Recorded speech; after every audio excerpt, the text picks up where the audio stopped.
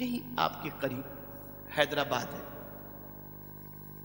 حیدرآباد کے ایک بزرگ ماضی قریب میں جن کا انتقال ہوا، مرزا عبدالشکور بیگ رحمت اللہ تعالی، بڑے زبردست عاشق رسول تھے، بڑی شفقت فرماتے تھے. ان کی لکھی ہوئی نعت حضور مجاہد ملت علیہ الرحمہ سنہری جالیوں کے سامنے پڑھا کرتے. سبحان اللہ.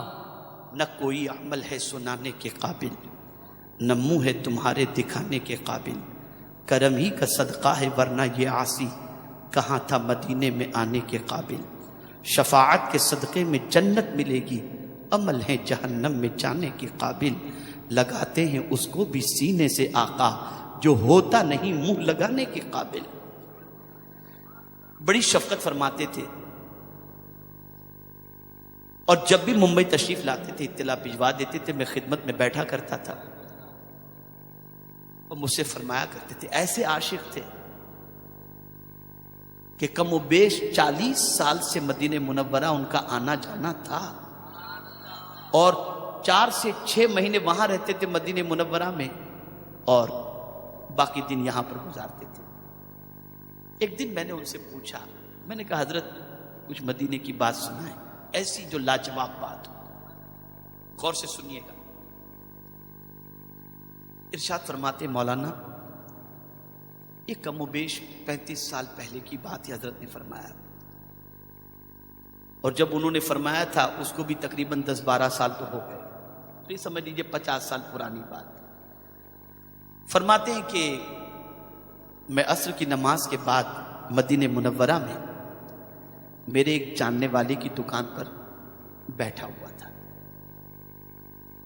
ان کا کپڑے کا کاروبار تھا، بڑا اچھا کاروبار تھا، گاہک کی بھیڑ بھاڑ ہمیشہ لگی رہتی تھی، بڑے زبردست عاشق رسول تھے.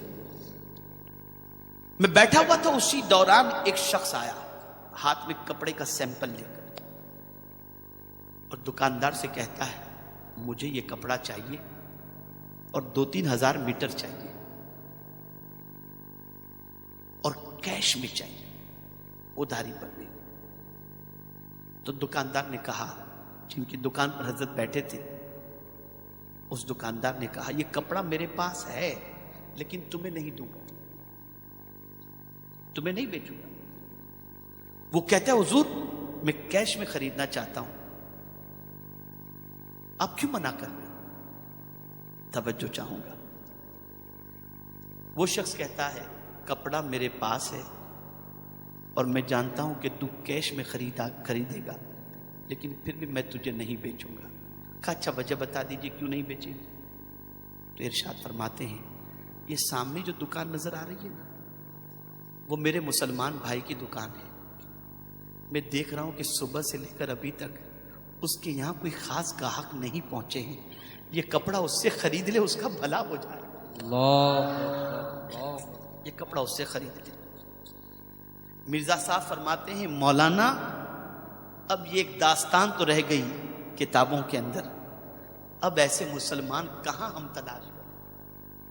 اب تو بھائی کہتا ہے اس سے مت خریدنا، سگے بھائی کی دکان سے ڈپلیکیٹ دیتا ہے، مہنگا دیتا ہے، اور پھر بھی مسلمان ہونے کا دعویٰ. یہ کیسی مسلمانی، یہ کیسی مسلمانی؟